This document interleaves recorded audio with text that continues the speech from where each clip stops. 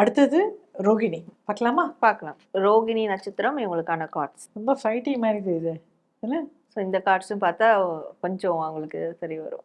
So உறவுமுறைகள் எப்படி இருக்கும்? உறவு முறைகள்ல நல்ல மாற்றங்கள் ஏற்படும். அதாவது ஓகேப்பா பிரச்சனையானது ஆயிடுச்சு, சரி விடுங்க அதெல்லாம் மறந்துடுங்க, இது மேற்கொண்டு என்ன நடக்குதுன்னு பார்க்கலாம் அப்படின்ற மாதிரி அது மூவ் ஆன் பண்ணி போக ஆரம்பிச்சிருவாங்க.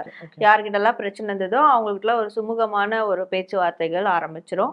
ஸோ அதெல்லாம் கடந்து போறதான வாழ்க்கை. அந்த கடந்து போகிற விஷயங்கள் இந்த வருடத்துல அவங்களுக்கு கண்டிப்பா உறவு முறைகள்ல நல்ல சுமூகமா இருக்கும்.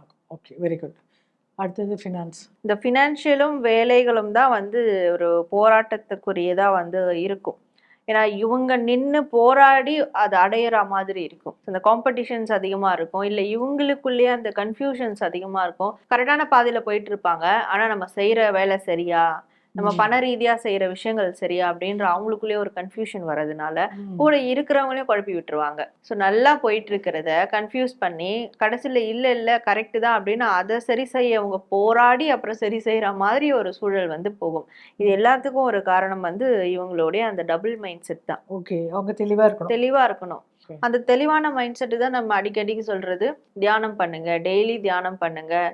உடனே என்ன பண்றாங்கன்னா 3 நாள் தியானம் பண்ணிட்டு, தியானம் பண்ணேன் நான் தெளிவாகலையே, இன்னும் எனக்கு அதிகமா குழப்பங்கள் வருது அப்படின்னு. ஸ்டார்டிங்ல குழப்பங்கள் வருதான் செய்யும். அந்த குழப்பத்துல இருந்து ஒரு தெளிவு கிடைக்கிறதா தியான முறை. ஹெல்த் பத்தி எப்படி இருக்கு? ஹெல்த் லைக் ஹெல்த்துமே இதுல வந்து கனெக்ட் ஆயிருக்கு. ஆமா, மெடிடேஷன்ல கனெக்ட் ஆயிருக்கு.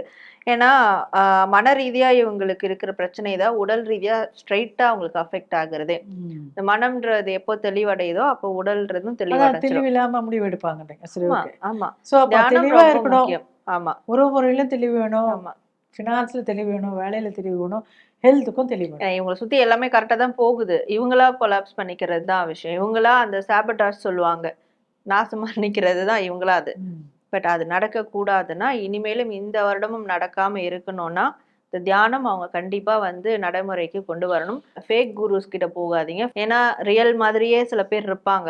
அவங்களை நம்பி போயிட்டு அப்புறம் நான் இதெல்லாம் ஃபாலோ பண்ணேன், எனக்கு எதுவும் கிடைக்கல, நீங்க போன ரூட் தப்பு, எடுத்த முடிவு சரி, அதே தான் திருப்பியும் எடுத்த முடிவு உங்களுக்கு சரியா இருக்கும், ஆனா அதை ஃபாலோ பண்ற ரூட் தப்பா போயிடுவாங்க. ஸோ இதுதான் உங்களுக்கு கொடுத்த ஒரு ரிசல்ட்ஸ். நீங்க பாத்துக்கோங்க, நீங்களே யோசனை பண்ணுங்க, தெளிவடைஞ்சிட்டு அடுத்த முடிவு எடுங்க. இது ஒரு கிளாரிட்டி வேணுங்கிறதா நாங்க உங்களுக்கு சொல்றோம்.